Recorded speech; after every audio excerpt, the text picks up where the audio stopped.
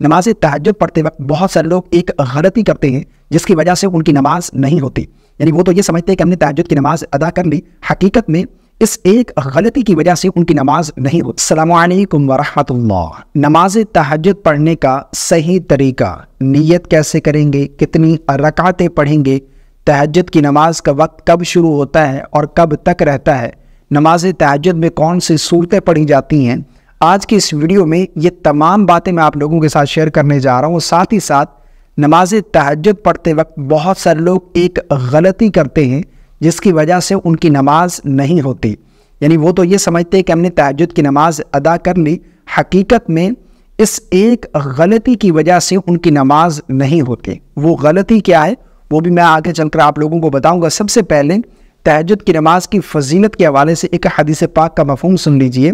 نبی کریم صلی اللہ علیہ وسلم کا فرمان ہے کہ فرض روزوں کے بعد، یعنی رمضان کے روزوں کے بعد سب سے افضل روزے، نفل روزوں میں سب سے افضل روزے محرم کے روزے ہیں، اور فرض نماز کے بعد سب سے افضل نماز رات کی نماز یعنی تہجد کی نماز ہے.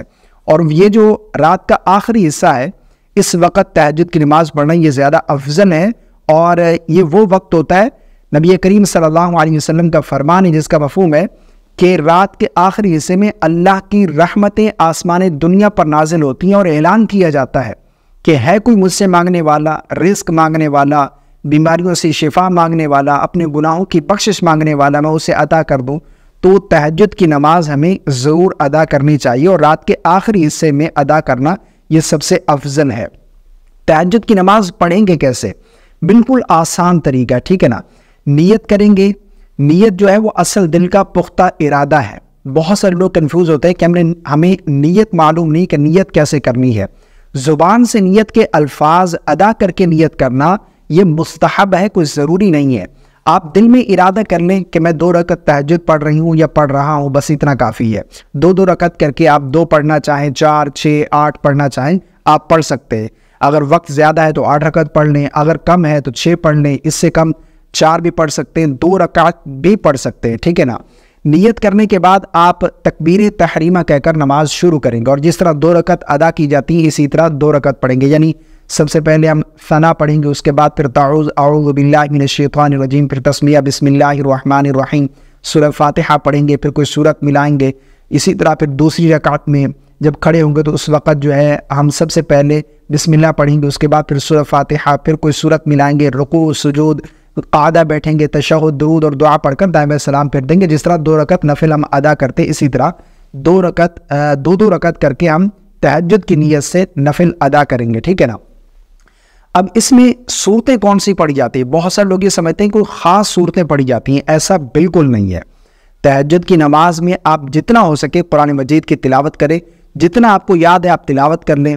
سورہ اخلاص ہی آپ کو یاد ہے تو آپ تب بھی تہجد کی نماز میں صرف سورہ اخلاص بھی پڑھ سکتے ہیں، ٹھیک ہے نا. اب تہجد کی نماز کا وقت کب شروع ہوتا ہے اور کب تک رہتا ہے، بہت ہی اہم مسئلہ. بہت سے لوگ یہ سوال کرتے ہیں کہ کیا ہم رات کو 12 بجے سے پہلے پڑھ سکتے ہیں، 12 بجے تہجد کی نماز پڑھ سکتے ہیں؟ دیکھیں، تہجد کی نماز کا وقت شروع ہوتا ہے جب آپ نے عشاء کے فرض ادا کر لیے، آپ کے لیے تہجد کا وقت شروع ہو گیا. عشاء کی نماز پڑھنے کے بعد آپ سو گئے، اب جب آپ اٹھے ہیں آپ کے لیے تہجد کا وقت ہے. چاہے آپ 11 بجے اٹھ کے 12 بجے اٹھ کے آپ پڑھ سکتے ہیں. رہے گا کب تک؟ طلوع فجر تک، یعنی فجر کی نماز کا وقت شروع ہونے تک تہجد کی نماز کا وقت رہے گا، ٹھیک ہے نا. عشاء کی نماز کا وقت بھی اور تہجد کا وقت بھی. لیکن اس میں افضل وقت جو ہے وہ رات کا آخری حصہ ہے، یعنی سحری کا جو وقت ہوتا ہے، جس میں ہم رمضان میں جس طرح سحری کے وقت اٹھتے ہیں، یہ جو رات کا آخری حصہ ہے نا، یہ سب سے افضل وقت ہے. اس وقت تہجد کی نماز پڑھنا یہ افضل ہے. اب ایک ایسی غلطی جو کہ لوگ کرتے ہیں انجانے میں، انہیں معلوم نہیں ہے، جس کی وجہ سے ان کی نماز نہیں ہوتی، جس طرح کہ میں نے شروع میں بتایا تھا. وہ غلطی یہ ہے کہ بہت سارے لوگ تہجد کی نماز اس وقت ادا کرتے ہیں جب تہجد کا وقت ختم ہو جاتا ہے.